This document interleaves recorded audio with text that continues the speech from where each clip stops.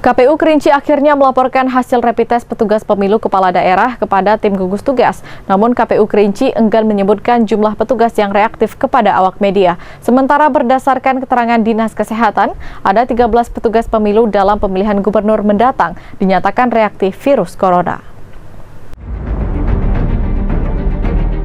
Tim gugus tugas Kerinci akhirnya memanggil Ketua dan Sekretaris KPU Kerinci. Pertemuan dilakukan di halaman kantor Bupati, pertemuan untuk membahas hasil rapid test kepada ribuan penyelenggara pemilu yang dilakukan KPU Kerinci bekerja sama dengan Rumah Sakit DKT.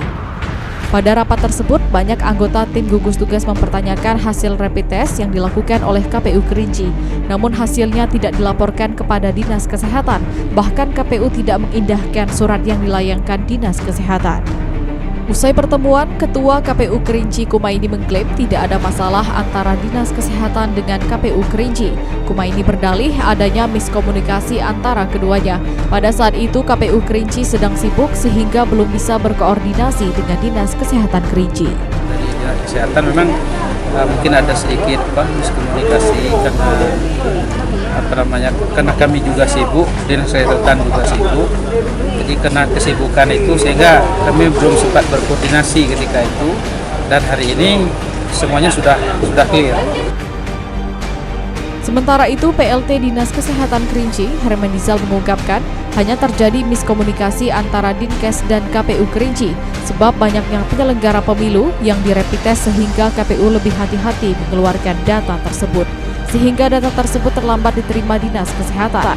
Dari laporan itu, 2.494 petugas pemilu mulai dari komisioner, pegawai, PPK, PPS, dan PPDP dilakukan rapid test. Hasilnya ada 13 petugas penyelenggara pemilu yang dinyatakan reaktif. Dari 13 orang tersebut, 2 orang telah dilakukan isolasi. Kalau kita maklum juga sesuai dengan yang disampaikan Pak Ketua tadi, karena saking banyaknya yang di rapid test, itu DKT juga harus hati-hati mengeluarkan data, nanti keliru, datanya beredar, tahu-tahu keliru kan. Jadi mungkin karena hal untuk lebih hati-hati, mungkin agak lambat kami terima laporan tersebut. 2.494 yang rapid, dari hasil pertama itu terdapat 13 yang reaktif, kemudian 13 itu dikirim laporan ke kami tindak lanjuti.